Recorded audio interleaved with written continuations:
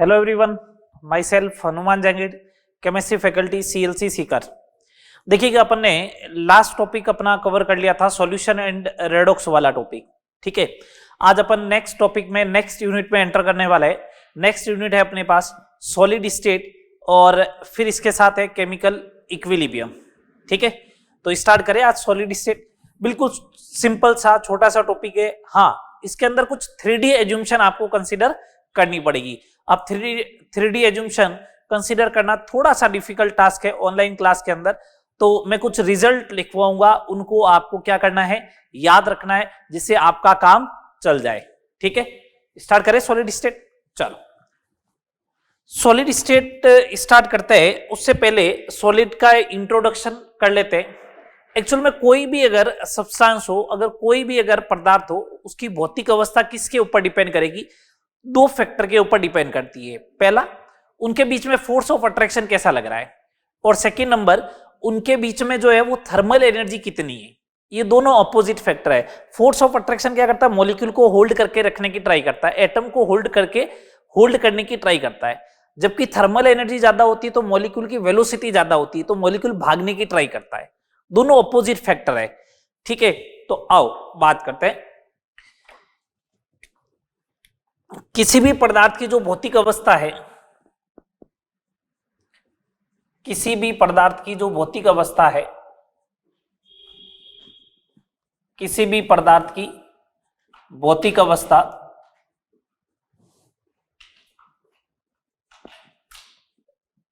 दो विपरीत कारकों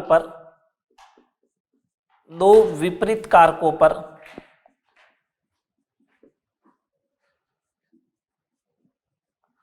निर्भर करती है। कौन से दो फैक्टर है? फर्स्ट,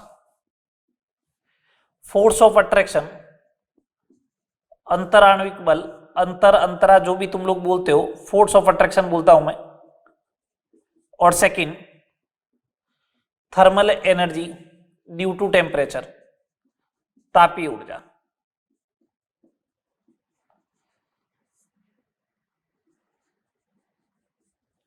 इस फोर्स ऑफ अट्रैक्शन की वजह से तो मॉलिक्यूल आपस में होल्ड होके रहना चाहते हैं, जबकि थर्मल एनर्जी की वजह से मॉलिक्यूल दूर होना चाहते हैं। ठीक है, अपन ने बेसिकली 9th-10th क्लास में पढ़ा है कि सॉलिड स्टेट वो होती है, सॉलिड वो होते हैं जिनमें अवयवी कण बिल्कुल नजदीक होते हैं, लिक्विड के अंदर अवयवी कण थोड़े दूर होते हैं, और गैस के अंदर अवयवी कण जो होते हैं वो बहुत दूर होते हैं। ये अपन ने पढ़ा है बेसिकली। ठीक है, तो देखो इसके बेसिस पे अब मैं बात करूं, 3 केस बनाऊं यहां पे। केस फर्स्ट, अगर फोर्स ऑफ अट्रैक्शन जो है वो very very greater than thermal energy है, इसका मतलब force of attraction dominating factor है, उस कंडीशन में फिजिकल स्टेट जो होगी, भौतिक अवस्था जो होगी, वो क्या हो जाएगी? सॉलिड। समझ में आ रही है बात? फिजिकल स्टेट क्या हो जाएगी? Solid. Case second, if force of attraction जो है वो कम है और थर्मल एनर्जी बहुत ज्यादा है। थर्मल एनर्जी अगर बहुत ज्यादा है तो मॉलिक्यूल जो होंगे वो एक दूसरे से बहुत ज्यादा दूर रहने की ट्राई करेंगे, तो उस कंडीशन में फिजिकल स्टेट जो होगी वो हो जाएगी गैस। और केस थर्ड, अगर फोर्स ऑफ अट्रैक्शन थोड़ा सा ज्यादा है as compared to thermal energy से, तो उस कंडीशन में फिजिकल स्टेट जो होगी वो हो जाएगी लिक्विड। फिजिकल स्टेट क्या हो जाएगी? लिक्विड हो जाएगी। ये बेसिक। तो इसका मतलब मैं ऐसा बोल सकता हूं कि ठोस एक ऐसी अवस्था है, पदार्थ की एक ऐसी अवस्था है जिसमें फोर्स ऑफ अट्रैक्शन, अंतर आणविक आकर्षण बल जो होता है वो तापीय ऊर्जा, थर्मल एनर्जी के कंपैरेटिव में बहुत ज्यादा होता है। सही बात? चलो अब कुछ पढ़ते हैं कैरेक्टरिस्टिक्स ऑफ सॉलिड। सॉलिड के कुछ कैरेक्टरिस्टिक्स होते हैं, अभिलाक्षणिक गुणधर्म होते हैं, वो क्या है?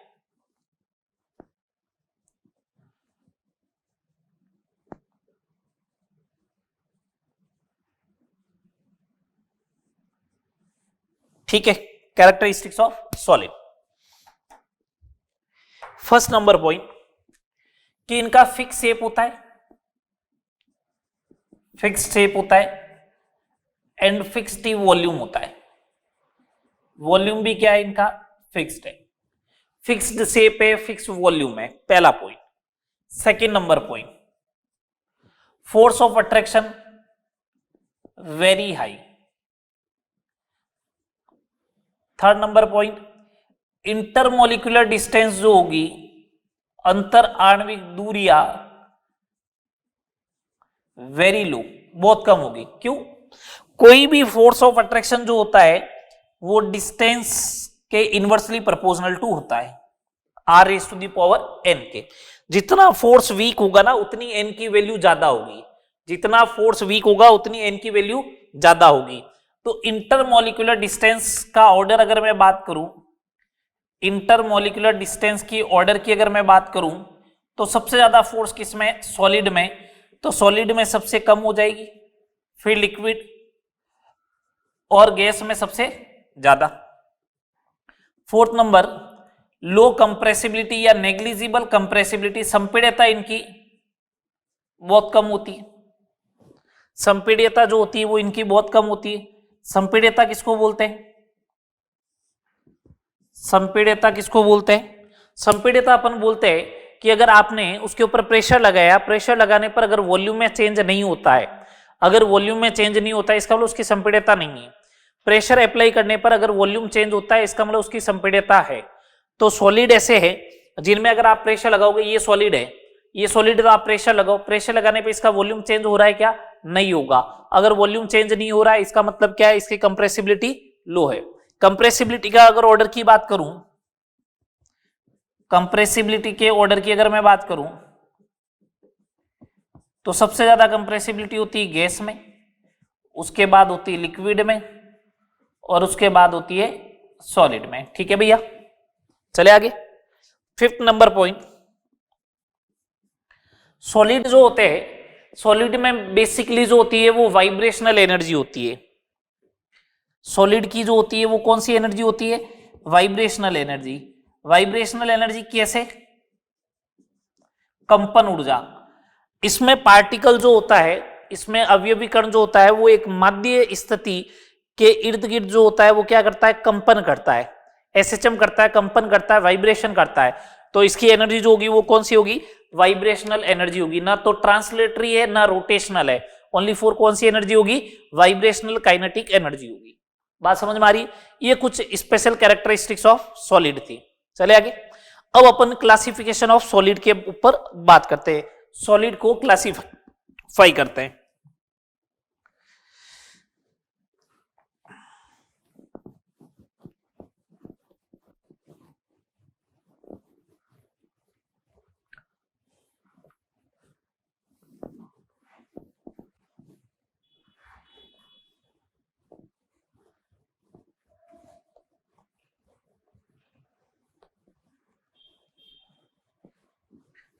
चलिए, next classification of solid on the basis of arrangement of particle, ठोसों का वर्गीकरण। क्लासिफिकेशन ऑफ सॉलिड किसके बेसिस पर, on the basis of arrangement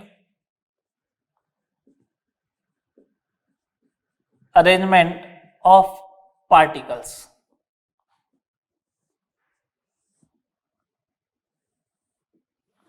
solid का क्लासिफिकेशन करना है, ठोसों का वर्गीकरण अवयवी कणों की व्यवस्था के आधार पर। अवयवी कणों की व्यवस्था के आधार पर सॉलिड जो होते हैं वो दो टाइप के होते हैं बेसिकली। एक तो होता है क्रिस्टलाइन सॉलिड,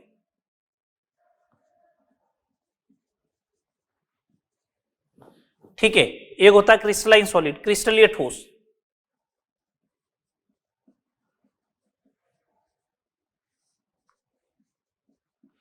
और एक होता है नॉन क्रिस्टलाइन सॉलिड,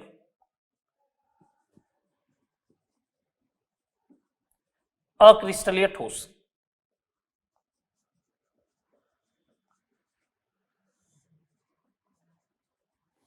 ठीक है, इनमें अपन को बेसिकली डिफरेंस देखना है।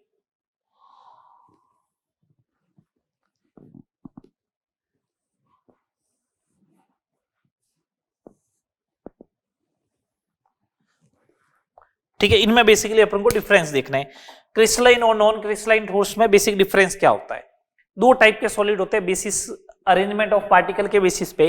पहला है क्रिस्टलीय सॉलिड और दूसरा है नॉन क्रिस्टलाइन सॉलिड, क्रिस्टलीय एवं अक्रिस्टलीय ठोस। देखो समझना बात को, क्रिस्टलीय ठोस उनको बोलते हैं, क्रिस्टलीय ठोस अपन उनको बोलते हैं जिसमें कणों की व्यवस्था जो होती है, जिसमें अवयवी कणों की जो व्यवस्था होती है वो एक निश्चित व्यवस्था होती है।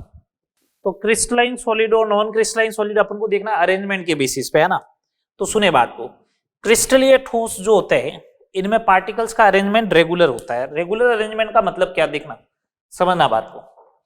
जैसे ये आपने पार्टिकल्स का अरेंजमेंट लिया है, ये इस टाइप से, ये पार्टिकल्स का अरेंजमेंट लिया, ये पार्टिकल का अरेंजमेंट रेगुलर है, ये पार्टिकल्स का अरेंजमेंट रेगुलर है। रेगुलर कैसे, अभी समझाते हैं। ये इस टाइप से पार्टिकल हो गए, ठीक है।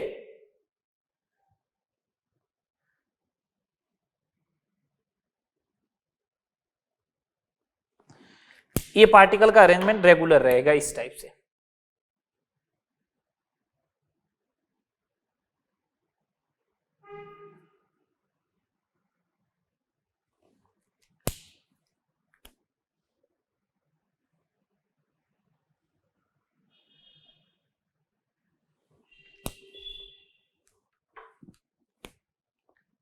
ये लो, ठीक है, ये एक लेयर हुई।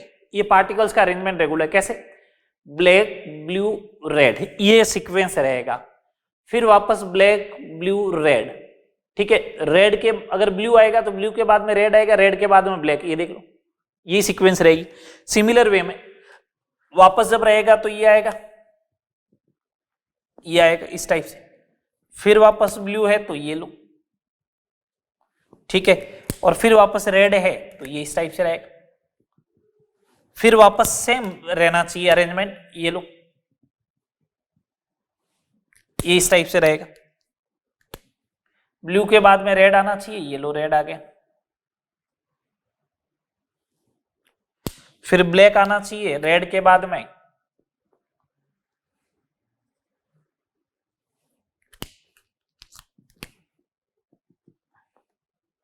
ये इस टाइप का सॉलिड होता है। एक रेगुलर अरेंजमेंट है। देखो ये तीन लेयर एक साथ, फिर वापस तीन, फिर तीन, फिर तीन, फिर तीन।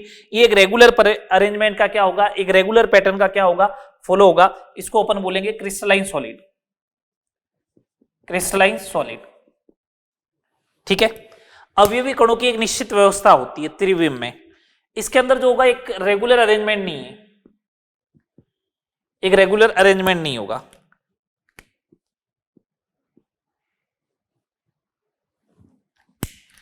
एक रेगुलर अरेंजमेंट नहीं होगा।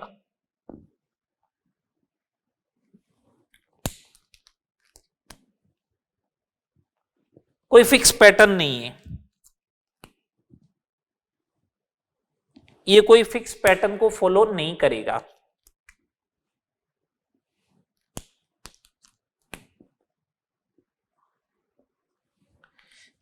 ठीक है, ये इस टाइप से कोई फिक्स पैटर्न को फॉलो नहीं कर रहा। मैंने इतना ही बनाया, इसको बोलते हैं अपन नॉन क्रिस्टलाइन सॉलिड। इसमें कोई फिक्स पैटर्न है ही नहीं, देख लो आप। जैसे इसके अंदर था फिक्स पैटर्न, उस टाइप से इसके अंदर फिक्स पैटर्न नहीं रहेगा। तो मैं सिंपल सी एक बात बोलूंगा, सिंपल सी एक बात बोलूंगा क्रिस्टलाइन और नॉन क्रिस्टलाइन के लिए। तो अपन क्रिस्टलीय ठोस की डेफिनेशन लिखने वाले हैं। क्रिस्टलीय ठोस की डेफिनेशन लिखेंगे। क्रिस्टलीय ठोसों में, क्रिस्टलीय ठोसों में अवयवी कणों की, अवयवी कण कुछ भी हो सकता है, एटम, मॉलिक्यूल, आयन, कुछ भी। अवयवी कणों की त्रिविम में एक निश्चित व्यवस्था होती है, रेगुलर अरेंजमेंट। मैं इंग्लिश में एक वर्ड बोलूं तो सिंपल सा वर्ड ये हो जाएगा, regular arrangement of particles, regular arrangements of particle in 3 dimension. Solid है तो 3 डायमेंशन का होगा। इसके अंदर अगर अपन बात करें अक्रिस्टलीय ठोसों में, अक्रिस्टलीय ठोसों में अवयवी कणों की एक निश्चित व्यवस्था नहीं होती है,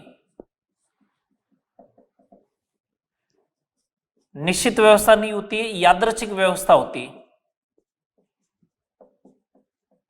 नहीं होती है, यादृच्छिक व्यवस्था होती है। यादृच्छिक का मतलब रैंडम,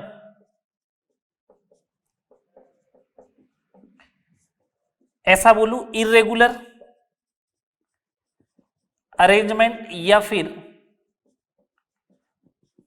इरेगुलर का दूसरा नाम हो सकता है रैंडम अरेंजमेंट,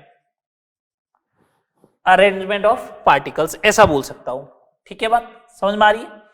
ये पहला पॉइंट हो जाएगा। सेकेंड नंबर पॉइंट, ये जो होते हैं दीर्घपरास ठोस होते हैं, लॉन्ग रेंज ऑर्डर होते हैं, लॉन्ग रेंज ऑर्डर सॉलिड होते हैं। ये जो है अल्पपरास ठोस शॉर्ट रेंज ऑर्डर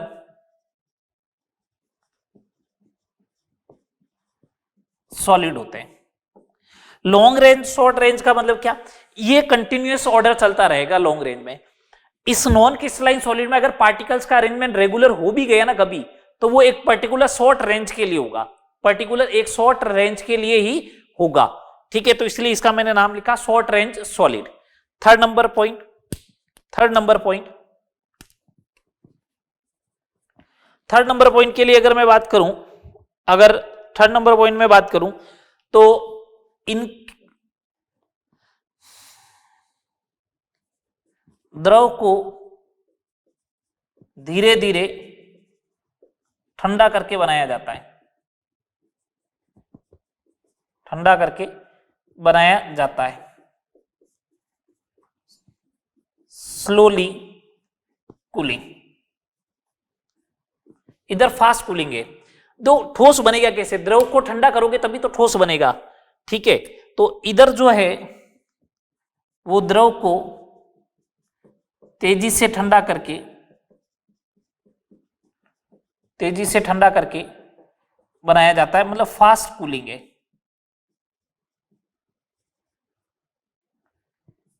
ठीक बात। फोर्थ नंबर पॉइंट पे अगर बात करें तो इनके कूलिंग कर्व जो होते हैं,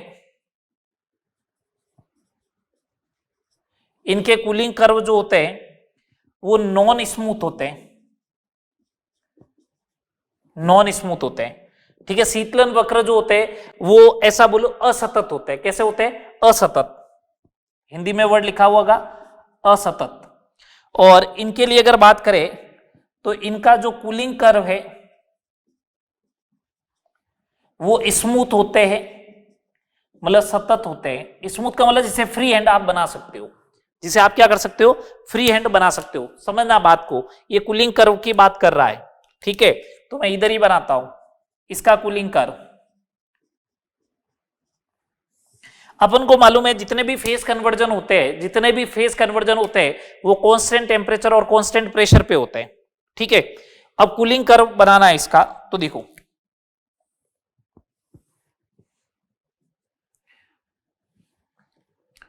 समझना बात को। जैसे ये स्टार्टिंग में कूलिंग कर्व बना रहा हूं मैं, ये -2 डिग्री सेल्सियस पे आइस है। मैं हीटिंग कर्व बना रहा हूं, उसका एरो उल्टा कर दूंगा तो वो कूलिंग कर्व की तरह ही ट्रीट करेगा।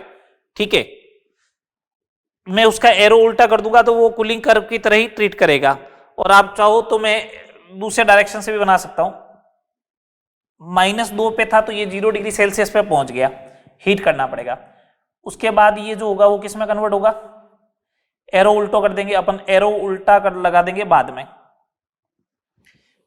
ठीक है,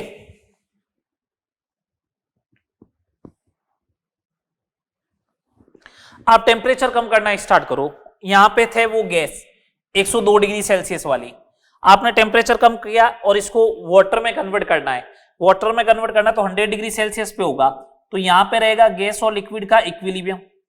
यहां पे पहुंचा तो लिक्विड, ये 0 डिग्री वाले सेल्सियस वाले लिक्विड में कन्वर्ट हो गया।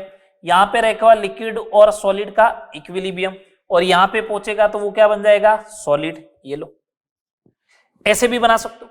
तो ये नॉन स्मूथ है ना, ग्राफ रुक रहा है ना, बीच बीच में जाके देखो, यहां से स्टार्ट किया, यहां रुका, फिर इधर गया, फिर रुका, फिर रुका, फिर रुका, ऐसे गया, फिर रुका, फिर आया। ठीक है, मैंने एरो देखे, एरो के अकॉर्डिंग कूलिंग कर्व है ये। इसको बना ऐसे भी सकते हैं बेसिकली। ठीक है, ये ऐसे भी बना सकते हैं, ये ऐसे। ठीक है, ये तो अगर एरो ऐसे लगाऊंगा, इसको ऐसे भी बना सकते थे, मैंने बोला। ये देखो, ये गैस है, ये लिक्विड एंड गैस है, यहां पे लिक्विड है, यहां पे लिक्विड एंड सॉलिड है, और यहां पे लिक्विड है। ये लो, ये कूलिंग कर्व भी हो गया। इसका कूलिंग कर्व की बात करें तो इसका कूलिंग कर्व इधर टेम्परेचर है, ये टेम्परेचर रखना भैया इस वाले मोड पे, तो इधर टेम्परेचर है तो इसका कूलिंग कर्व ऐसा होगा। ये लो, ये कूलिंग कर्व अगर ऐसे होते हैं तो इसका मेल्टिंग पॉइंट शार्प है, इस वाले टेम्परेचर पे ये मेल्ट हो रहा है, इस वाले टेम्परेचर पे ये मेल्ट हो रहा है, तो इसका मेल्टिंग पॉइंट शार्प है। देखो, ये मेल्टिंग पॉइंट है, गलनांक है, इसका मेल्टिंग पॉइंट शार्प है, आपको मालूम ही नहीं है। एक पर्टिकुलर टेम्परेचर की रेंज में जो है वो ये क्या करेगा, अपनी फिजिकल स्टेट चेंज करेगा, तो मेल्टिंग पॉइंट शार्प नहीं है, तो इसका मेल्टिंग पॉइंट शार्प है। एक निश्चित बिंदु होता है, मेल्टिंग पॉइंट तापमान की एक परास होती है, तापमान की एक परास होती है। ठीक है, बात समझ में आ रही है यहां तक की? बोलो किसी को दिक्कत? चले आगे और देखो। ठीक है, और देखो 5th number property, crystalline solid जो होते हैं वो एन आइसोट्रोपिक होते हैं नेचर में, anisotropic in nature. Anisotropic का मतलब होता है विषम देशिक होते हैं, और ये जो है वो आइसोट्रोपिक होते हैं नेचर में, आइसोट्रोपिक इन नेचर। आइसोट्रोपिक का मतलब होता है, आइसोट्रोपिक का मतलब होता है समदेशिक। ठीक है, ये एन आइसोट्रोपिक होते हैं नेचर में, मतलब विषम देशिक होते हैं। ये आइसोट्रोपिक होते हैं नेचर में, इसका मतलब कैसा होता है, समदेशिक होते हैं। कोई दिक्कत है तो बताओ, बोलो। नहीं, तो ये एन आइसोट्रोपिक और आइसोट्रोपिक नेचर में। अब इसका मतलब समझो, विषम देशिक का मतलब क्या होता है और समदेशिक का मतलब क्या होता है। सुनना बात को, यदि अलग अलग दिशाओं में, यदि अलग अलग दिशाओं में भौतिक गुणधर्म के मान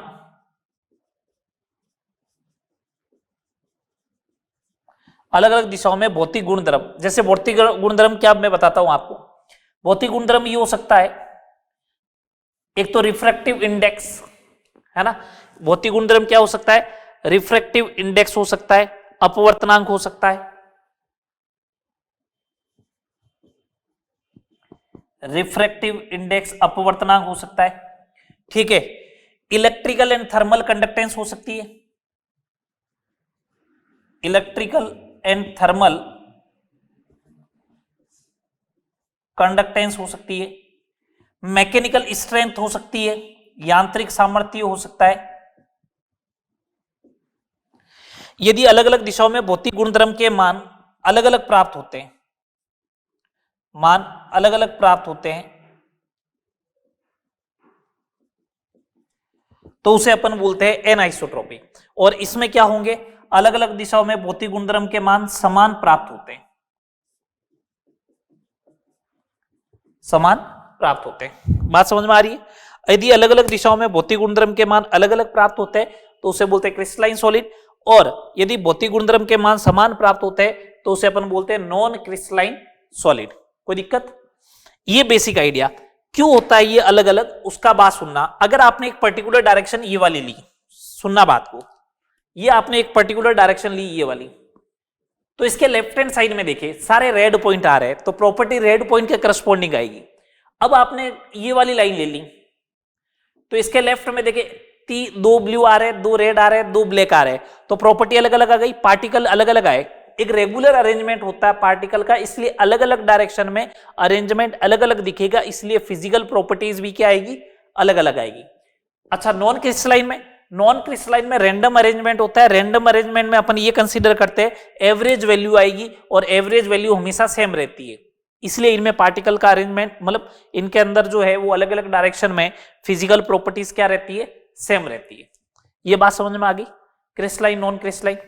ठीक है, 6 नंबर पॉइंट अगर मैं बोलूं, 6 नंबर अगर पॉइंट बोलूं तो ये क्रिस्टलीय ठोस जो होते हैं वो वास्तविक सॉलिड होते हैं, ठीक है ना, ट्रू सॉलिड होते हैं, वास्तविक ठोस होते हैं, ट्रू सॉलिड है। ये जो है वो छद्म ठोस है। कैसे ठोस है? छद्म ठोस है। छद्म ठोस का मतलब स्यूडो सॉलिड है। कैसे है? स्यूडो सॉलिड है। ठीक है, ये बेसिक डिफरेंस के पॉइंट रहेंगे क्रिस्टलाइन और नॉन क्रिस्टलाइन में। अच्छा, एग्जाम्पल की बात करते हैं। क्रिस्टलाइन सॉलिड के एग्जाम्पल, ये क्रिस्टलाइन सॉलिड ही लिख रखा है देखो इस साइड में, तो इसके एग्जाम्पल की बात करते हैं। इसके एग्जाम्पल होंगे ऑल आयोनिक कंपाउंड, सभी आयनिक यौगिक, all ionic compound, covalent network solid, network का मतलब जो जालक संरचना बनाते हैं वो ठोस ही होते हैं, कोवेलेंट यौगिक भी, मेटल और मॉलिक्यूलर सॉलिड आणविक ठोस। ठीक है, और नॉन क्रिस्टलाइन की बात करूं, पॉलीमर, एक प्लास्टिक, फाइबर, ग्लास, इधर जो रहेगा वो क्वार्ट्ज भी इसका एग्जाम्पल होगा। ये बेसिक एग्जाम्पल रहेंगे, ये नोट करो, उसके बाद अपन बात करते हैं आगे। तो ये बेसिक एग्जाम्पल रहेंगे, ठीक है, पॉलीमर, प्लास्टिक, फाइबर, ग्लास, इधर क्वार्ट्ज है। ठीक है, चले आगे। अब सुनना बात को, ग्लास जो होता है, ये ग्लास लिखा हुआ है, इस ग्लास को अपन जो है वो सुपर कूल्ड लिक्विड भी बोलते हैं। सुपर कूल्ड लिक्विड, अतिशीतित द्रव, अतिशीतित द्रव बोलते हैं। मतलब क्या है, लिक्विड को बहुत ज्यादा कूल किया हुआ है, सुपर कूल किया हुआ है, तब जाके क्या बना है, ग्लास बना है। सुपर कूल्ड लिक्विड उन्हें बोला जाता है जिनमें फ्लो करने की टेंडेंसी हो, जिनमें बहने का गुणधर्म हो, टेंडेंसी ऑफ फ्लो, जिनमें क्या हो, बहने का गुणधर्म हो, फ्लो करने का गुणधर्म हो। ग्लास में ये प्रॉपर्टी होती है। अगर आप पुरानी इमारतों या फिर पुरानी बसों या फिर खिड़कियों के अगर कांच देखते हो तो आपको दिखता है कि कांच में डिफरेंस होता है, ऊपर कलर अलग होता है, नीचे कलर अलग होता है। फर्स्ट, सेकंड नंबर, ऊपर से पतला होता है, नीचे से मोटा होता है, क्योंकि ग्लास ऐसे फ्लो कर जाता है, ग्रेविटी की वजह से डाउन में जो होगी वो थिकनेस ज्यादा होगी, ऊपर से थिकनेस क्या हो जाएगी, कम हो जाएगी। ये बेसिक आइडिया था क्रिस्टलाइन नॉन क्रिस्टलाइन सॉलिड का। ठीक है, अपन मैं एक छोटा सा एग्जांपल लूंगा जिसमें क्लासिफाई करना आपको क्रिस्टलाइन और नॉन क्रिस्टलाइन सॉलिड में। ठीक है, हो गया यहां तक नोट? चले आगे। एक सिंपल सा छोटा सा एग्जांपल लेंगे क्रिस्टलाइन नॉन क्रिस्टलाइन सॉलिड को क्लासिफाई करने का, जिससे अपना ये टॉपिक पूरा हो जाए।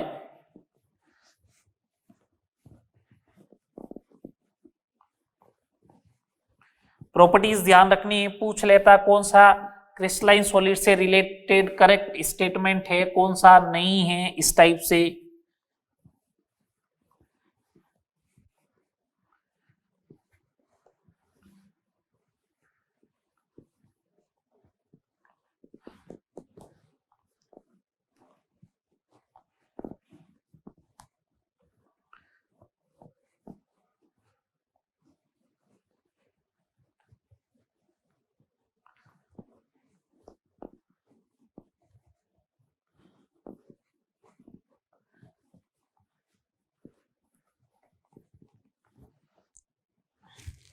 चलो एग्जाम्पल अपन सेकंड नंबर का सॉलिड क्लासिफाई कर लेते हैं, उसके बाद ही करेंगे, है ना। चलो नेक्स्ट हेडिंग लगाए, दोनों का एग्जाम्पल साथ कर लेंगे। नेक्स्ट हेडिंग लगाए, classification of crystalline solid, classification of crystalline solid, क्रिस्टलीय ठोसों का वर्गीकरण। क्रिस्टलीय ठोस होगा। अब नॉन क्रिस्टलाइन की बात नहीं करेंगे अपन पीछे छोड़ दिया नॉन क्रिस्टलाइन को। अब अपन किसकी बात करेंगे? क्रिस्टलाइन सॉलिड की ही बात करेंगे ओनली फॉर। तो अब अपन बात करें क्लासिफिकेशन ऑफ क्रिस्टलाइन सॉलिड। देखो क्या होता है क्लासिफिकेशन ऑफ क्रिस्टलाइन सॉलिड। देखना ये जो है ना क्लासिफिकेशन, इसका जो बेस है ना, बेस्ड क्या है? Based on intermolecular force. अंतर आणविक बल क्या लग रहा है? अब सुने बात को, based on intermolecular force. Intermolecular force जो होता है वो केमिकल बॉन्ड होता है। केमिकल बॉन्ड की डेफिनेशन आप यही पढ़िए इनऑर्गेनिक के अंदर कि chemical bond is a force of attraction between two atoms which holds atom to form a stable molecule. दो एटम को होल्ड करके उनको एक स्टेबल अणु का निर्माण करता है, उसी को अपन क्या बोलते हैं? केमिकल बॉन्ड बोलते हैं। तो इसका मतलब इंटरमोलिकुलर फोर्स केमिकल बॉन्ड है। अब केमिकल बॉन्ड क्या होता है? इंटरमोलिकुलर फोर्स बोले तो केमिकल बॉन्ड। अच्छा, केमिकल बॉन्ड कितने टाइप का होता है? केमिकल बॉन्ड कितने टाइप का होता है बोलो? एक तो होता है आयोनिक बॉन्ड, ये लो। दूसरा होता है कोवेलेंट बॉन्ड, जो मेजर क्लासिफिकेशन है। तीसरा है मेटेलिक बॉन्ड, और चौथा है वॉन्डरवॉल फोर्स।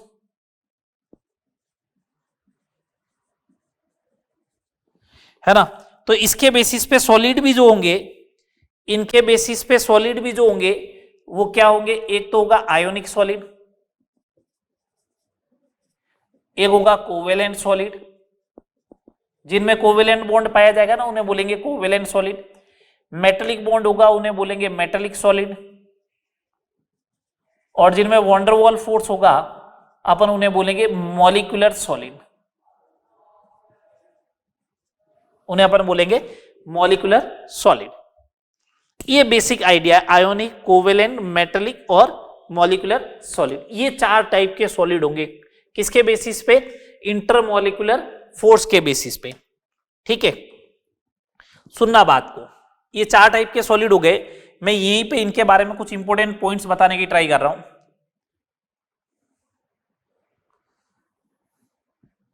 कुछ इंपॉर्टेंट पॉइंट्स बताने की ट्राई करेंगे अपन।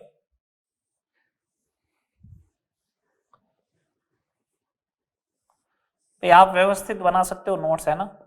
मैं तो अभी यहां पे ऐसे ही बना दे रहा हूं।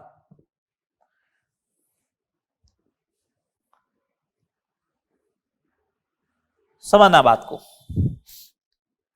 कॉन्स्टिट्यूएंट पार्टिकल क्या होते हैं? अवयवी कण क्या होते हैं? सबसे पहले पॉइंट के ऊपर बात करें, अवयवी कण क्या होते हैं? कॉन्स्टिट्यूएंट पार्टिकल क्या होते हैं? अवयवी कण, कॉन्स्टिट्यूएंट पार्टिकल क्या होंगे? आयोनिक बॉन्ड बनता है तो कॉन्स्टिट्यूएंट पार्टिकल होते हैं धनायन और ऋणायन। अलग अलग तत्वों के धनायन एवं ऋणायन, अलग अलग तत्वों के धनायन एवं ऋणायन, Na+ और Cl-, ये कॉन्स्टिट्यूएंट पार्टिकल होगा। पहला बात, ठीक है। अलग अलग तत्वों के धनायन और ऋणायन होने चाहिए। फर्स्ट नंबर, कॉन्स्टिट्यूएंट पार्टिकल क्या होंगे? फिर उनके अंदर फोर्स ऑफ अट्रैक्शन कौन सा लगेगा? फोर्स कौन सा लगता है? आकर्षण का बल कौन सा लगेगा? आकर्षण बल। स्थिर वैद्युत की बल लगेगा, इलेक्ट्रोस्टैटिक फोर्स, या आयोनिक फोर्स लगेगा। थर्ड नंबर पॉइंट, अगर अपन बात करें कि उनकी विद्युत प्रकृति कैसी होगी, मतलब कंडक्टर होगा या इंसुलेटर होगा, तो अगर विद्युत प्रकृति की अगर मैं बात करूं तो सुनना बात को। अपन ने पढ़ रखा है आयोनिक यौगिक जो होते हैं वो सॉलिड स्टेट में तो इंसुलेटर होते हैं, ठोस अवस्था में कुचालक, परंतु गलित अवस्था मोल्टन स्टेट या विलियन अवस्था में, गलित ऑब्लिक विलियन अवस्था में कैसे होते हैं? चालक होते हैं, कंडक्टर होते हैं। ठीक है, बात समझ में आ रही? क्योंकि सॉलिड स्टेट में अवयवी पार्टिकल जो होते हैं, कॉन्स्टिट्यूएंट पार्टिकल जो होते हैं वो टाइटली होल्ड करके रखे हुए होते हैं, फ्री नहीं होते मूवमेंट करने के लिए। जबकि गलित अवस्था या विलियन में जो होता है वो आयन सेपरेट हो जाते हैं और आयन मूवमेंट करने के लिए क्या होते हैं, फ्री होते हैं, इसलिए क्या होते हैं, चालक के फॉर्मेट में रहते हैं। ठीक है, बाकी जो प्रॉपर्टी आपने पढ़ रखी है, आयोनिक सॉलिड की जो प्रॉपर्टी पढ़ रखी है, वही प्रॉपर्टी सारी यहां पे काम में आएगी। ठीक है, हार्ड होते, ब्रिटल होते हैं नेचर में, ठीक है, सारी वो की वो प्रॉपर्टी होगी। पोलर सॉल्वेंट में सॉल्युबल होते हैं, ये सारे पॉइंट जो है वो है। फोर्थ नंबर एग्जाम्पल, बेसिकली अपन को ये 4 पॉइंट लिखने हैं, बेसिकली अपन को क्या करना है, ये 4 पॉइंट लिखने आने चाहिए। ठीक है, बेसिकली अपन को 4 पॉइंट लिखने आने चाहिए। सुनना बात को, एग्जाम्पल देखना, famous example NaCl, caesium chloride, first A और सेकंड ए ग्रुप के, ZnS, CaF2 और Na2O, ये अपन को बेसिकली पढ़ने हैं। ठीक है, ये बेसिकली अपन को इनके स्ट्रक्चर के बारे में स्टडी भी करनी है। कोवेलेंट सॉलिड देखना, कोवेलेंट सॉलिड में अवयवी कण क्या होते हैं, एक ही तत्व या अलग अलग तत्वों के परमाणु। अब आपने बोला एक ही तत्व के परमाणु या अलग अलग के कैसे होंगे, अभी समझाते हैं। आकर्षण बल कौन सा लगेगा, सहसंयोजक। आकर्षण बल कौन सा लगेगा, सहसंयोजक बल। ठीक है, ये विद्युत के कुचालक होते हैं, बस अपवाद एक है, ग्रेफाइट जो होता है वो विद्युत का कैसा होता है, सुचालक होता है। Graphite is a conductor of electricity due to free electron. ठीक है, एग्जाम्पल, अब एग्जाम्पल लिखा है तो आपने लिख ही दिया, एक तो ग्रेफाइट, ये लो ग्रेफाइट, डायमंड, ग्रेफाइट हो गया, डायमंड हो गया, कार्बोरंडम हो गया, SiO2 हो गया, सिलिका हो गया, एल्यूमिनियम नाइट्राइड हो गया। ये देखो, अब जैसे ग्रेफाइट हुआ तो ग्रेफाइट में बॉन्ड जो बन रहा है वो कार्बन और कार्बन के बीच में ही बन रहा है। ग्रेफाइट में जो बॉन्ड बन रहा है वो कार्बन और कार्बन के बीच में ही बन रहा है, तो एक ही तत्व हो गया। डायमंड में भी कार्बन और कार्बन के बीच में बन रहा है, कार्बोरंडम में सिलिकॉन और कार्बन के बीच में बन रहा है, तो अलग अलग तत्व हो गए। समझ में आ रही बात? तो ये थे बेसिकली 5 एग्जाम्पल मैंने लिखे। Next metallic solid, metallic solid में देखें, मेटेलिक बॉन्ड बनता है, एक तो होना चाहिए कर्नेल। कर्नेल का मतलब होता है कि कोई भी अगर एलिमेंट, कोई भी तत्व, कोई भी परमाणु अपने outermost shell means valence electron के वैलेंस इलेक्ट्रॉनों को बाहर निकाल देता है, तो उसके बाद जो स्पीसीज बचती है उसको बोलते हैं कर्नेल। तो इसके जो कॉन्स्टिट्यूएंट पार्टिकल होंगे वो होगा कर्नेल एवं विस्थानीकृत इलेक्ट्रॉन, डीलोकेलाइज्ड इलेक्ट्रॉन।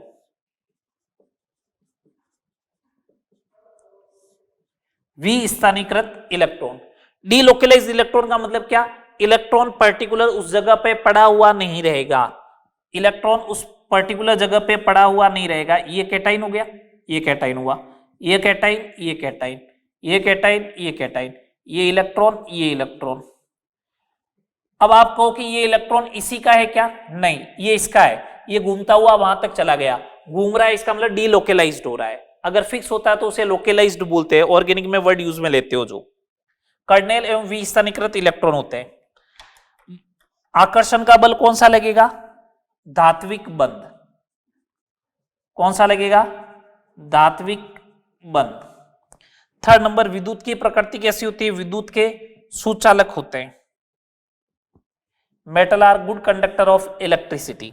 एग्जाम्पल, सारे धातु, ऑल मेटल, जैसे कॉपर हो गया, Ag हो गया, ठीक है ना, जिंक हो गया, कोई भी ले लो, ये हो जाएगा। समझ में आई बात? नेक्स्ट बात करते हैं मॉलिक्यूलर सॉलिड की। मॉलिक्यूलर सॉलिड, इनमें अवयवी कण क्या होंगे, इनमें अवयवी कण होंगे अणु। दो अणुओं के मध्य आकर्षण बल देखना है, दो अणुओं के मध्य क्या फोर्स लग रहा है वो देखा जाता है, तो इनमें अवयवी कण होते हैं अणु। ठीक है, आकर्षण बल कौन सा लगेगा, या तो हाइड्रोजन बॉन्ड लगेगा या फिर कौन सा लगेगा, वंडरवॉल फोर्स लगेगा। अभी मैं एग्जांपल लूंगा तब आपको समझ में आ जाएगा हाइड्रोजन बॉन्ड कहां पे लग रहा है, वॉन डेर वाल्स फोर्स कहां पे लग रहा है। विद्युत के कुचालक होते हैं। एग्जाम्पल देखो, एग्जाम्पल से मालूम चलेगा। जैसे मैंने H2O सॉलिड लिया, मतलब आइस लिया, तो इसमें हाइड्रोजन बॉन्डेड है। मैंने HCl सॉलिड लिया तो इसके अंदर डाइपोल डाइपोल का अट्रैक्शन है, ठीक है। अगर मैंने CO2 सॉलिड लिया तो ये इसका एग्जाम्पल हो जाएगा। अगर मैंने P4 सॉलिड लिया, I2 सॉलिड लिया या S8 लिया तो लंदन फोर्स का एग्जाम्पल हो जाएगा। ये सारे इसके एग्जाम्पल हो गए मॉलिक्यूलर सॉलिड के। कोई दिक्कत है तो बताओ, बोलिए। ये जनरल इंट्रोडक्शन, जनरल क्लासिफिकेशन हो गया किसका, क्रिस्टलाइन सॉलिड का भी, ठीक है। मैं 2 क्वेश्चन करवा रहा हूं सिंपल से, जिससे आपको ये आइडिया चल जाए कौन जो होता है वो क्रिस्टलाइन होता है, कौन नॉन क्रिस्टलाइन होता है। और दूसरे क्वेश्चन में अपन क्रिस्टलाइन को क्लासिफाई करेंगे, आयोनिक है, कोवेलेंट है, मेटेलिक है या मॉलिक्यूलर सॉलिड है। सिंपल सा एक क्वेश्चन ले रहा हूं, जैसे देखिएगा मॉड्यूल में दे रखा है वही क्वेश्चन लेते हैं।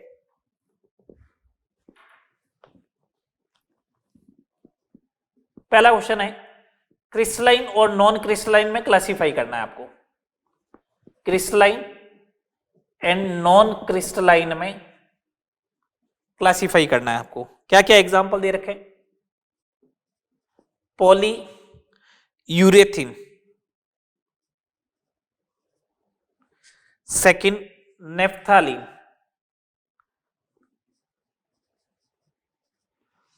Third benzoic acid, fourth Teflon. अब थोड़ा सा आपको यहां पे नॉलेज काम में आना चाहिए, पॉलीमर आइडेंटिफाई करने आने चाहिए। पोटेशियम नाइट्रेट KNO3, सेलोफेन, ठीक है। अगला PVC,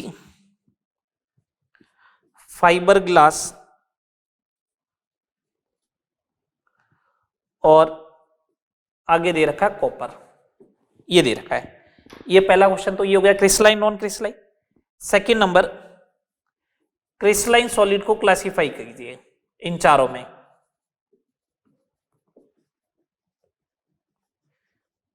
ठीक है, क्या क्या दे रखा है, potassium sulphate K2SO4, tin, benzene,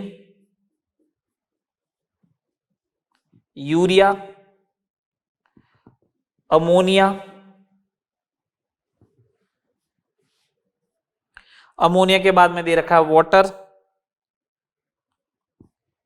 zinc sulphate ZnSO, zinc sulphide ZnS, graphite, rubidium, solid argon और सिलिकॉन कार्बाइड, ये दे रखे।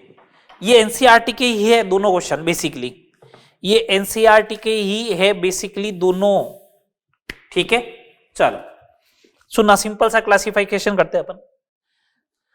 देखो जो पॉलीमर होते हैं ना वो नॉन क्रिस्टलाइन होते हैं, पॉली वर्ड आ गया, नॉन क्रिस्टलाइन है, ठीक है।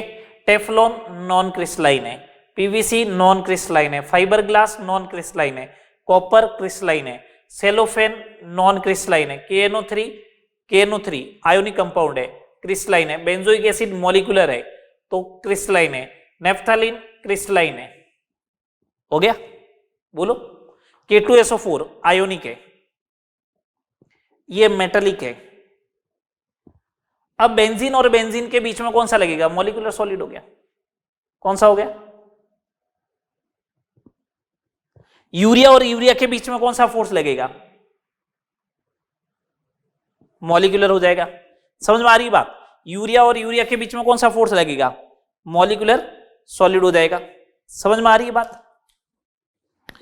NH3 मॉलिक्यूलर सॉलिड है लेकिन हाइड्रोजन बॉन्डेड होगा, मॉलिक्यूलर। वाटर मॉलिक्यूलर है लेकिन हाइड्रोजन बॉन्डेड है, आणविक।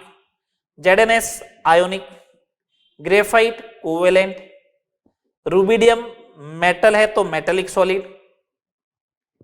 आर्गन, आपको मालूम है सॉलिड आर्गन, आर्गन और आर्गन के बीच में प्योर लंदन फोर्स लगता है तो मॉलिक्यूलर हो गया। और ये कोवेलेंट एग्जाम्पल लिख रखा है। बस एक काम हो गया ना आपका, कर लोगे आइडेंटिफाई, बोलो। चले आगे, नेक्स्ट देखिए, ये अपन ने पढ़ लिया सॉलिड होता क्या है, फिर अपन ने पढ़ लिया सॉलिड का क्लासिफिकेशन क्या होगा, सॉलिड क्या होता है, फिर सॉलिड का क्लासिफिकेशन हो गया।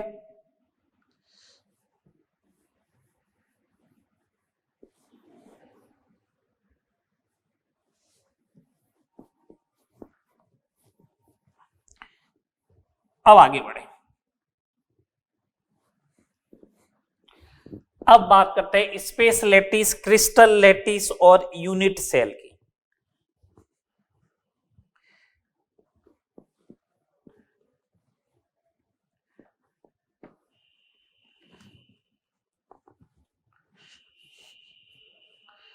ठीक है, हेडिंग लगाओ। सबसे पहले स्पेस लैटिस,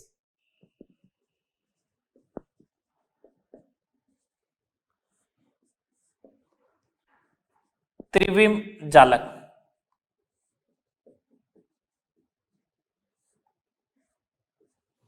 स्पेस लैटिस की डेफिनेशन क्या है? स्पेस लैटिस बोलते किसे, सुनना बात। स्पेस लैटिस जो है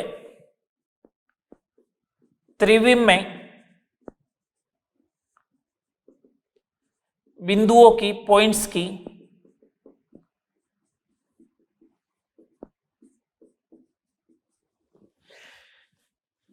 एक निश्चित व्यवस्था को, रेगुलर अरेंजमेंट को, निश्चित व्यवस्था को त्रिविम जालक कहते हैं। त्रिविम में बिंदुओं की एक निश्चित व्यवस्था को, पॉइंट्स की एक निश्चित व्यवस्था को अपन क्या कहते हैं? त्रिविम जालक कहते हैं। जैसे ये पॉइंट्स का एक रेगुलर अरेंजमेंट हो गया, ये इस टाइप से, ये पॉइंट्स का एक रेगुलर अरेंजमेंट हो गया।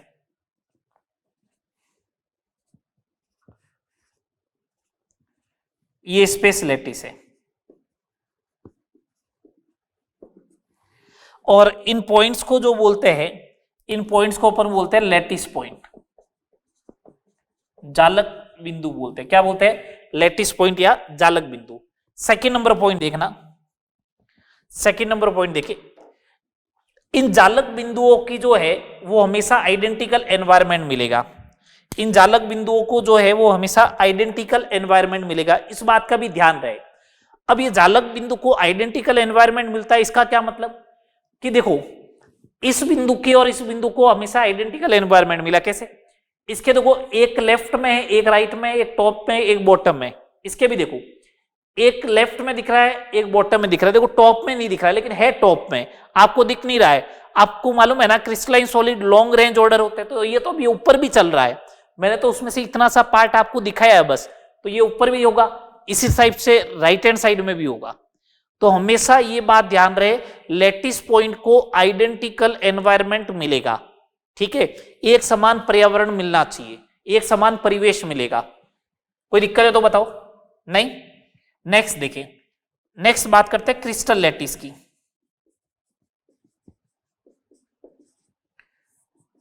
क्रिस्टल जालक,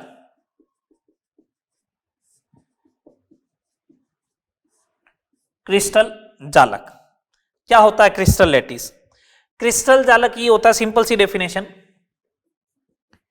यदि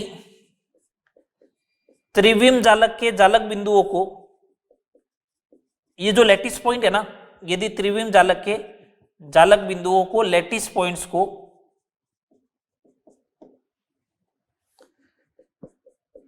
किसी परमाणुओं या आयनों द्वारा प्रतिस्थापित कर दिया जाए,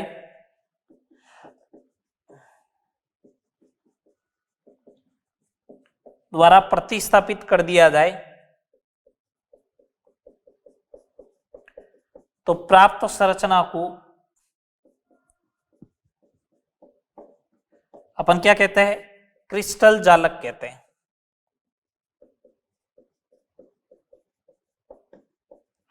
सुनना बात को, ये त्रिविम जालक था, इसमें अगर आपने यहाँ पे Na प्लस रख दिया, यहाँ पे Cl माइनस रख दिया, Cl minus Cl minus Cl minus, यहाँ पे Na प्लस, यहाँ पे Na प्लस, यहाँ पे Na प्लस, अगर इस टाइप से अरेंजमेंट बना दिया तो इसको अपन क्या बोलेंगे? क्रिस्टल जालक बोलेंगे। इसको अपन क्या बोलेंगे? क्रिस्टल जालक। सिंपल सा तरीका ये। तो इसका मतलब एक आयनों का या परमाणुओं की 3 डायमेंशन में एक निश्चित व्यवस्था होती है, उसी को अपन क्या बोलते हैं? क्रिस्टल जालक बोलते हैं। बोर्ड का एग्जाम तो दे नहीं रहे तो अपन से डेफिनेशन पूछेगा, लेकिन मैंने आपको वर्ड बता दिए। क्या स्पेस लैटिस का मतलब क्या होता है, क्रिस्टल जालक का मतलब क्या होता है। अब आते हैं अपन यूनिट सेल इकाई कोष्टिका। यूनिट सेल इकाई कोष्टिका। इकाई कोष्टिका, यूनिट सेल इकाई कोष्टिका क्या होती है वो समझ लो। यूनिट सेल या इकाई कोष्टिका, सुनना बात को, सिंपल सा।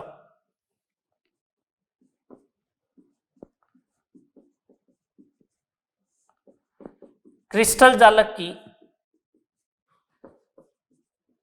सबसे छोटी इकाई, स्मॉलेस्ट सबसे छोटी पुनरावर्ती इकाई, पुनरावर्ती इकाई को इकाई कोष्टिका कहते हैं। मात्रा तुम लोग देख लेना भैया, है ना।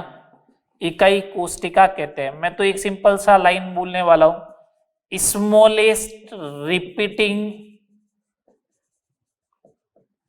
Unit of crystal lattice is known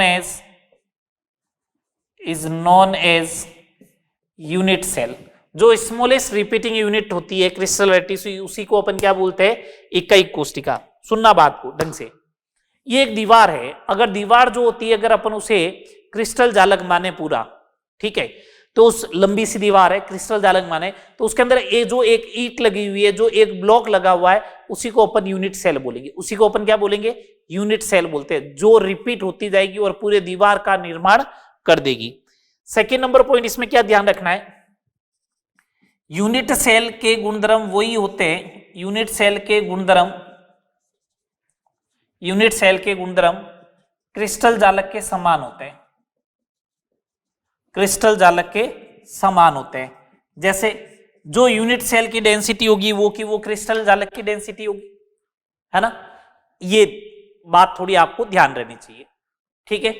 अब थर्ड नंबर बात करते हैं टाइप्स ऑफ यूनिट सेल।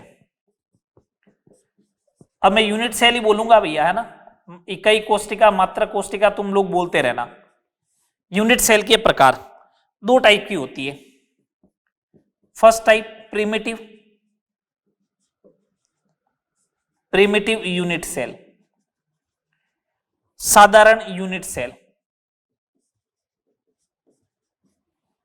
ठीक है, प्रिमिटिव यूनिट सेल। इसमें अवयवी कण, कॉन्स्टिट्यूएंट पार्टिकल ओनली 4 कहां पे होंगे? कॉर्नर पर। अवयवी कण कहां पे होते हैं? कॉर्नर पर। सेकेंड है नॉन प्रिमिटिव, असाधारण, नॉन प्रिमिटिव, असाधारण। नॉन प्रिमिटिव या असाधारण में अवयवी कण जो होते हैं कॉर्नर पे तो होंगे ही होंगे, साथ में कोई सेंटर पे भी होंगे। कॉर्नर प्लस कहां पे होंगे? सेंटर पे होते हैं, तो उसे नॉन प्रिमिटिव या फिर असाधारण इकाई कोष्टिका, नॉन प्रिमिटिव यूनिट सेल बोलते हैं, ठीक है बात। नॉन प्रिमिटिव 3 टाइप की होती है, नॉन प्रिमिटिव 3 टाइप की होती है। पहली body centred,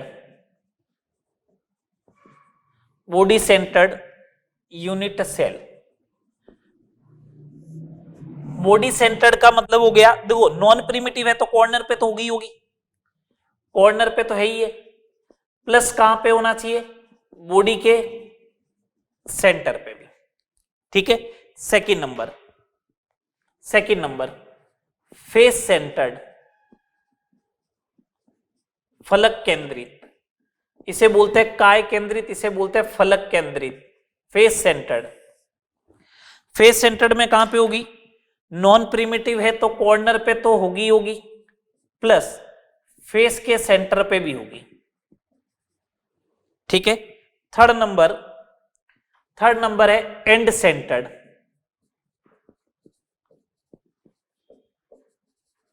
end centred unit cell.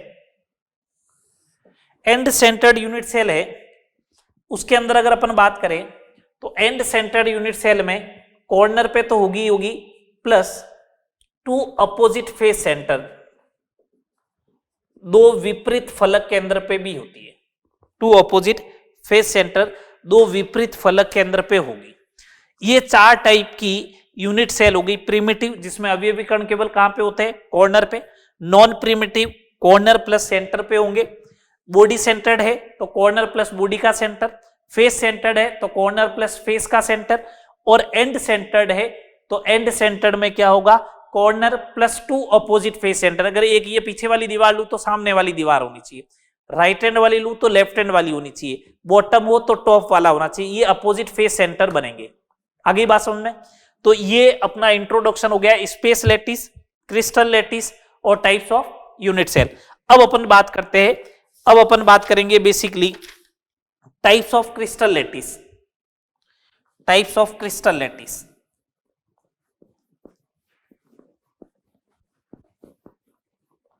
To dimension और 3 डायमेंशन में। 2 डायमेंशन और 3 डायमेंशन।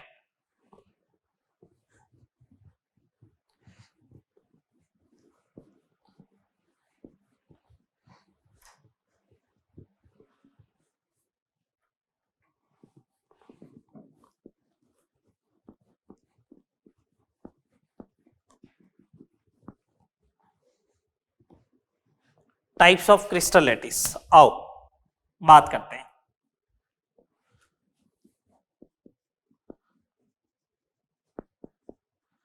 क्रिस्टल जालक के प्रकार।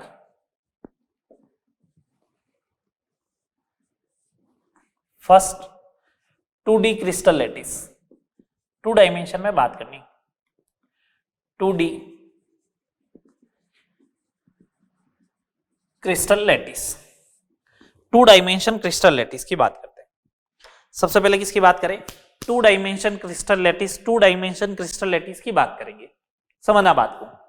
अगर आपको 2 डायमेंशन में किसी क्रिस्टल को डिफाइन करवाना है, 2 डायमेंशन में किसी क्रिस्टल को अगर आपको डिफाइन करवाना है तो कितने पैरामीटर की रिक्वायरमेंट रहेगी? कितने पैरामीटर की रिक्वायरमेंट रहेगी? टोटल 3 पैरामीटर की रिक्वायरमेंट रहेगी। कौन से? 2 तो डिस्टेंस पैरामीटर होंगे और 1 एंगल पैरामीटर होगा। 2 डिस्टेंस और 1 एंगल पैरामीटर। कैसे? डिस्टेंस हो जाएगी ए एंड बी और उनके बीच में एंगल क्या हो जाएगा? थीटा। 2 डायमेंशन है तो 2 डायमेंशन में ये एक एक्स एक्सिस हो गई, ये एक वाई एक्सिस हो गई, इनके बीच में एक एंगल भी तो बनेगा। बोलो, बनेगा ना एंगल? तो एक तो एंगल पैरामीटर रिक्वायर्ड होगा और 2 डिस्टेंस पैरामीटर रिक्वायर्ड होंगे। टोटल 3 पैरामीटर रिक्वायर्ड है।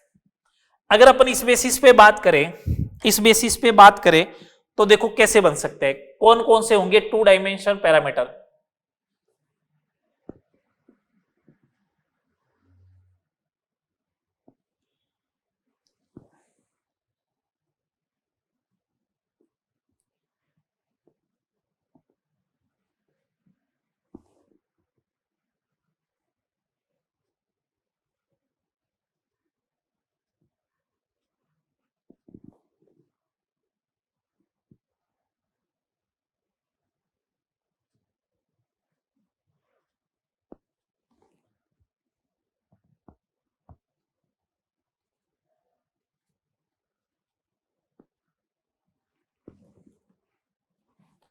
सुनना बात को, 2 डायमेंशन पैरामीटर में कौन कौन सी यूनिट सेल हो सकती है?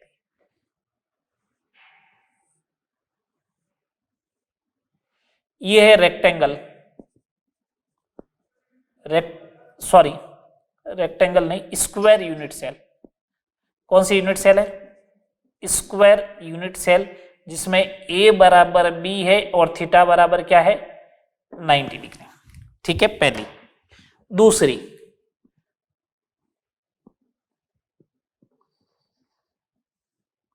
ये है रेक्टेंगल मतलब आयताकार, इसमें a is not equal to b है, लेकिन थीटा इज इक्वल टू कितना है 90 है। ठीक है, थर्ड नंबर बात करें,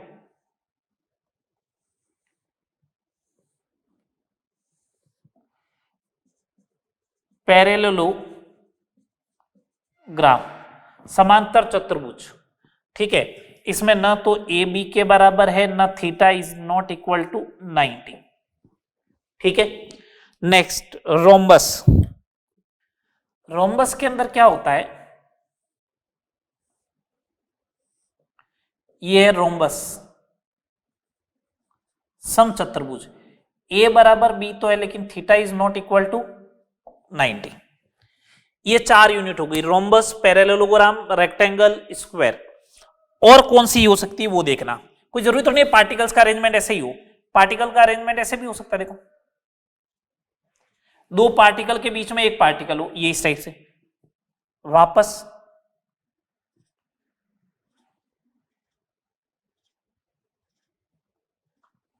फिर वापस 2 पार्टिकल के बीच में एक, ये लो है, तो ये भी तो रेगुलर अरेंजमेंट ही है ना, कोई ये थोड़ी कह सकता कि ये रेगुलर अरेंजमेंट नहीं है।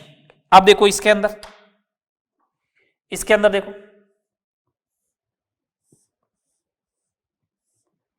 ये क्या बन गया हेक्सागोन, तो इसे बोलते हैं अपन hexagonal unit cell, hexagonal unit cell. इसके अंदर देखो हेक्सागोनल में क्या होगा, ए बराबर बी तो है ही है, और थीटा बराबर कितना है 120, ए बराबर बी तो है ही है, थीटा इज इक्वल टू कितना है 120। ये आपको ध्यान रखना, 2 dimension unit cell, 2 dimension crystal lattice में 5 यूनिट सेल होती है, square, rectangle, parallelogram, rhombus, hexagonal. Relation ध्यान रखिए, स्क्वायर के लिए क्या होता है, रेक्टेंगल के लिए, पैरेललोग्राम के लिए, रोम्बस के लिए और हेक्सागोनल।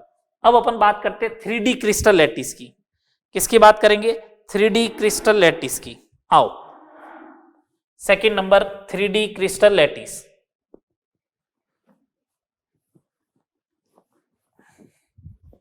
ये इंपॉर्टेंट है 3D crystal lattice.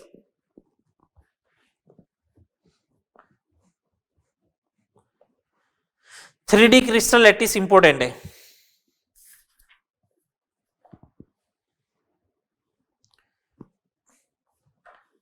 3D crystal lattice कितने पैरामीटर रिक्वायर्ड होंगे, 6। कौन कौन से 6, 3 डिस्टेंस पैरामीटर, क्यों 3 डायमेंशन में 3 डिस्टेंस होती है, कौन कौन सी, ए बी एंड सी, और 3 ही एंगल पैरामीटर। एंगल पैरामीटर कौन सा, alpha, beta and gamma. Total 3 और 3 6 पैरामीटर की रिक्वायर्ड होती है। इसके बेसिस पर 7 क्रिस्टल लैटिस होते हैं। 3 डायमेंशन क्रिस्टल लैटिस होते हैं वो 7 क्रिस्टल लैटिस होते हैं। कौन कौन से क्रिस्टल लैटिस होंगे वो देखो, ये 7 क्रिस्टल लैटिस, ये क्रिस्टल लैटिस,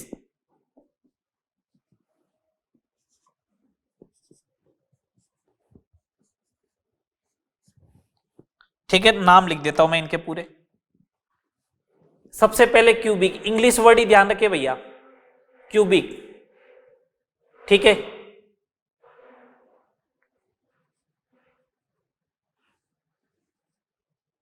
टेट्रागोनल, ऑर्थोरोम्बिक,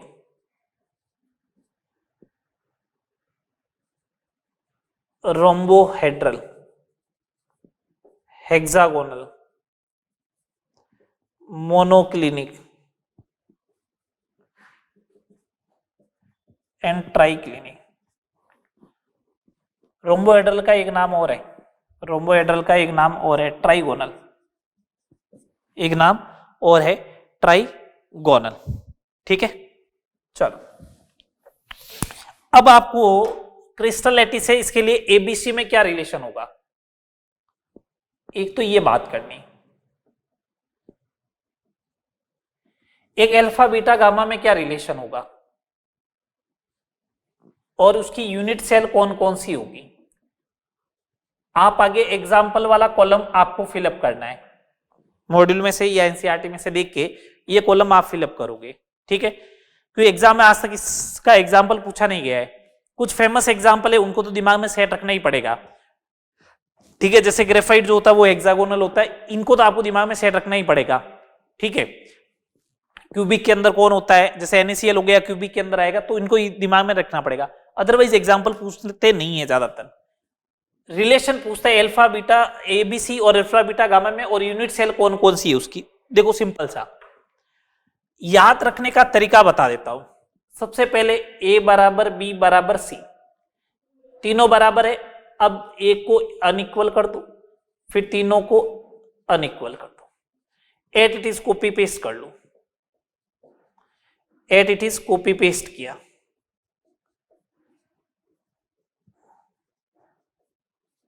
इसमें न तो ABC बराबर है और न ही इसके अंदर अल्फा बीटा एंड गामा बराबर है, ये ट्राइक्लिनिकल है।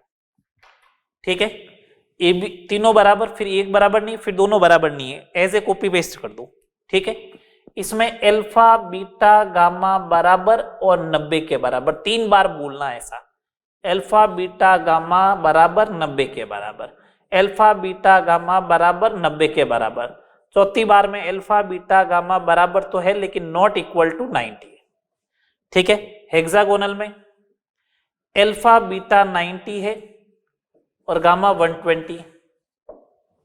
ठीक है, और इसके अंदर अल्फा एंड गामा 90 है, beta is not equal to 90 हो जाएगा।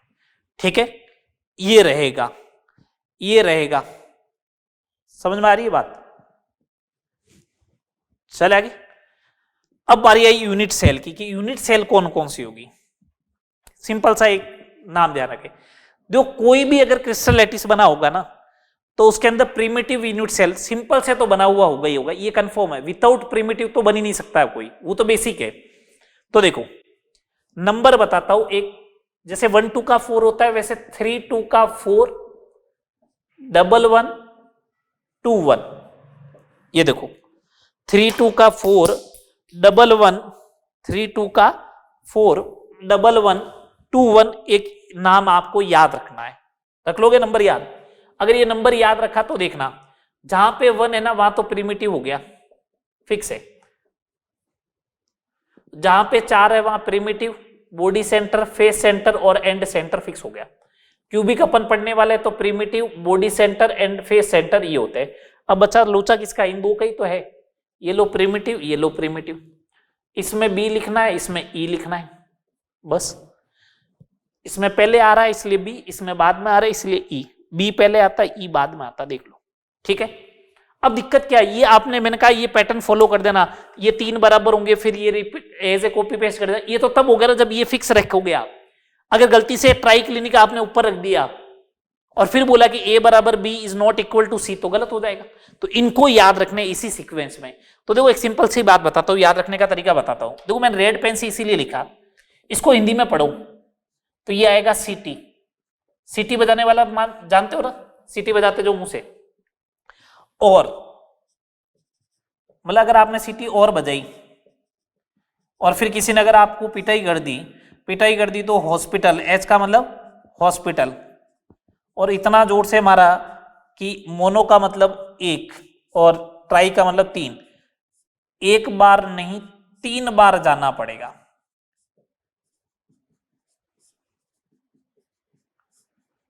ठीक है, रख लोगे याद। ये अपना बेसिक इंट्रोडक्शन लेक्चर था सॉलिड स्टेट का। ठीक है, जिसमें अपन ने आज पढ़ा सबसे पहले क्रिस्टलाइन नॉन, मतलब सॉलिड होता क्या, सबसे पहले तो अपन ने ये देखा। ठीक है, सॉलिड की कैरेक्टरिस्टिक्स क्या होती है, फिर क्रिस्टलाइन नॉन क्रिस्टलाइन सॉलिड देखे, फिर अपन ने देखे क्रिस्टलाइन सॉलिड का क्लासिफिकेशन कैसे होगा, फिर अपन ने देखा space lattice, crystal lattice, unit cell क्या होती है, फिर अपन ने देखा कि लैटिस जो होते हैं क्रिस्टल लैटिस वो कितने होते हैं 2D और 3D। एक बात ध्यान रखना, ये 3D में अगर आप यूनिट सेल गिलोगे ना तो ये 14 आएगी। इन 14 यूनिट सेल को जो है वो अपन क्या बोलते हैं, ब्रेविस लैटिस बोलते हैं। क्या बोलते हैं, ब्रेविस लैटिस। तो ब्रेविस लैटिस तो है 14 और क्रिस्टल लैटिस है टोटल कितने 7। आगे बात समझ में, यहां तक करे, मिलते हैं सेकेंड लेक्चर में। अब अपन को क्यूबिक ही पढ़ना है, अब अपन को पढ़ना क्या है, क्यूबिक। तो अब अपना सेकंड टॉपिक जो होगा सेकंड लेक्चर में, उसमें एनालिसिस ऑफ क्यूबिक सिस्टम रहेगा। क्या रहेगा, एनालिसिस ऑफ क्यूबिक सिस्टम, अपन उसको डिस्कस करेंगे। ठीक है बात, यहां तक करें, मिलते हैं नेक्स्ट लेक्चर में।